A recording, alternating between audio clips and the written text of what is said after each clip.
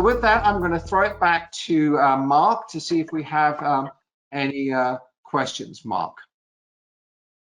Oh, Paul, great presentation today. Yes, we have a lot of questions here. Let me go ahead and turn on my webcam on again. I thought maybe you want to expand on this, and this is about Bitcoin. Now, Bitcoin is a big concern, especially because it's hard to trace, right? So any thoughts about people that maybe are being asked to use that as, maybe how to be very cautious about that type of technology, being requested to send money or that method? Well, yeah, I mean, because it is so hard to trace, it is a huge red flag. Don't ever agree to send money that is being requested of you in the form of Bitcoin. Again, don't use gift cards. And I mean, the bottom line is anyway, don't ever send money in any form whatsoever to somebody you don't know. It just simply is not advisable at all, and it is a scam. So anyone who asks you to pay them in Bitcoin is very, very suspicious, and I would just never do it. Yeah, very good point. Stay away. So Paul, here's a question here, and I'm sure a lot of us feel this way. Maybe we have some loved ones in our own family that we question maybe what's going on, and if they're romantic online. How would you approach someone you think is being scammed, and what would you recommend? I know I'd have to be kind of delicate with that, obviously don't want, they might have deaf ears if we come too hard, right? Well, if you suspect that they are a victim, then there's a couple of things you can, and if they are over 60 or 65, feel free to contact Adult Protective Services in your county. And if you're not a mandated reporter, then you don't have to give your name. Just say, look, I'm worried about my family member. I'm worried about my neighbor. I think she or he is a victim of a romance scam. This is who they are. Now, APS will take the report and they will contact the victim, but they will not tell the victim how they know about this. They will keep your information confidential. That's what I would do, even if the victim themselves refuses to accept that they are a victim, because otherwise the losses are going to accumulate. It's because the scammer's not going to let them out of their hook. So you're actually doing the victim a favor by reporting it. Very good. Now, to ask another question, are there still reasons people scam online dating if they're not asking for personal information or money? So I guess the question is, there could be other motives out there that other than money or information?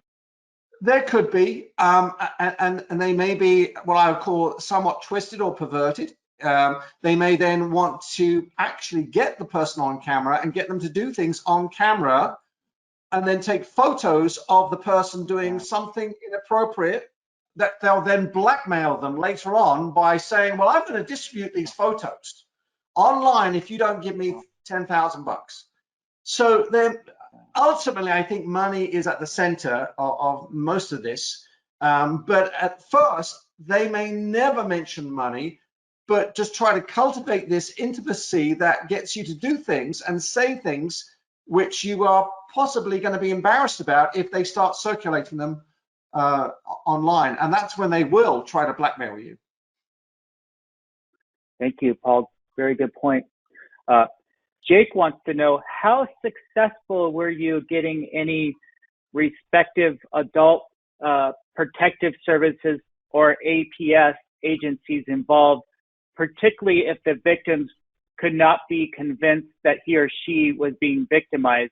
Have APS agencies in general been helpful with those cases? Well, we're spoiled in San Diego County, Mark, because we have a fantastic relationship between law enforcement, the prosecutor's office, and Adult Protective Services.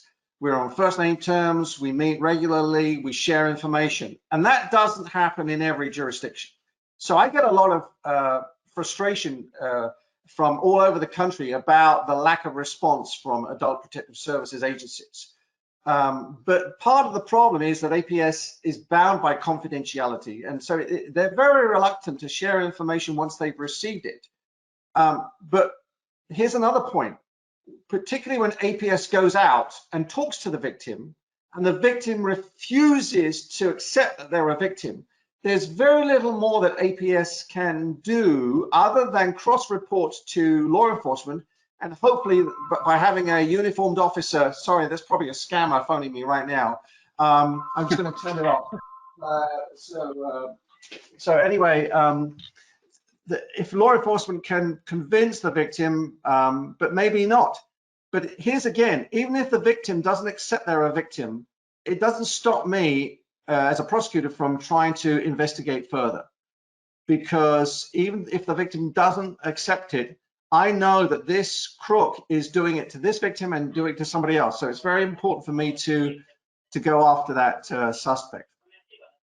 What are rights as a family member to stop mentally challenged, or what are some things that people could do to protect them? And I was thinking with this question too, addressing online, if there's a way to block them online or protect them from these predators. You know, what are some of the methods to maybe protect them? This is a really difficult scenario, because on the one hand, we advocate for people with disabilities by saying, look, okay, so they have a disability, but it doesn't mean that they should be restricted in their movements, in what they do. They are a functioning member of society. So we try to give that person as many freedoms as they want to enjoy. But here's what I would do. If I was concerned about a family member with some kind of cognitive impairment, and they still have full control over their own finances, what I would do is write a letter to that person's financial institution and say, dear sir or madam, you may say it's none of my business, but I'm concerned about my brother. And I want you to pay special attention to his accounts, because I am afraid that he might become a victim of some kind of online scam. And if you see some suspicious transactions, then I want you to do the right thing. And as a mandated reporter, particularly if my brother is a dependent adult or an older adult, you are mandated in California to report it to an APS and or law enforcement. So I want you to do that if you see suspicious transactions online or it's coming through your branch. That's what I would do. Here's a good question. I thought this was interesting too, because I put myself in your position and I was wondering how you'd answer this. Do you think a bona fide scammer would live in the same neighborhood? I guess that living in your neighborhood, I mean, I guess that could, yeah. But yeah. That's an interesting point. Well, bona fide is actually a misleading term, because that means good faith. But scammers live in your neighborhood. Absolutely they do. And where do they masquerade? They may masquerade on nextdoor.com. They will be your very kind neighbor who says, oh, you're housebound during COVID. You don't want to go to Trader Joe's. I'll do it for you. I'll take your debit card or your credit card and I'll purchase these items for you. Yeah, there are people in our neighborhoods who are not good neighbors. Every neighborhood has that. You know, when something bad happens in a neighborhood, you always get the news people going to talk to the neighbor. Well, I live in, nothing like this has ever happened in this. I'm shocked. It's such a safe neighborhood.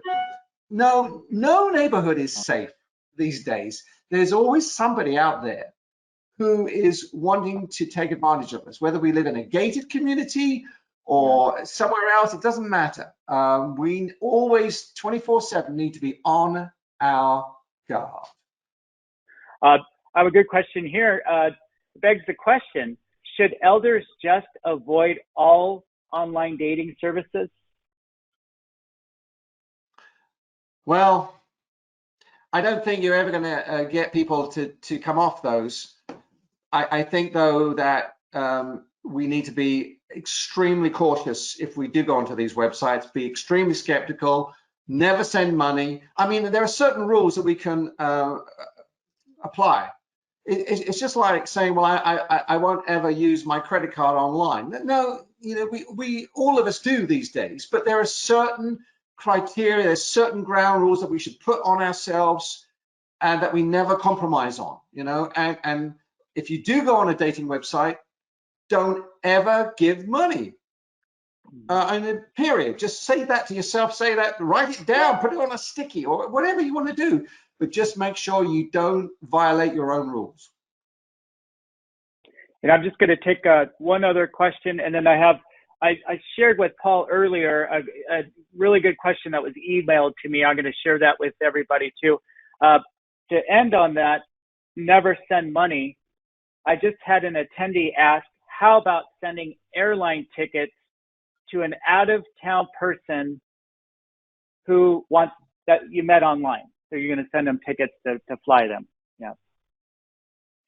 Nope, do not do that. That is because they're going to somehow find a way of cashing in those airline tickets somehow to get a refund or use it for some other purpose. No, that again is sending them money. You may think you're sending them something tangible, but why should they be asking you to fund their airfare to, quote, come and see you? No.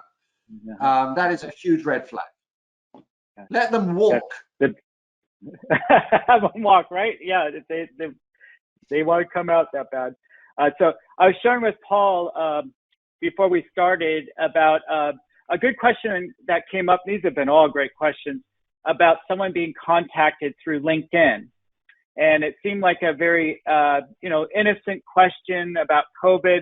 And this conversation continued, but the person that was speaking with that member on LinkedIn asked to have a conversation through WhatsApp.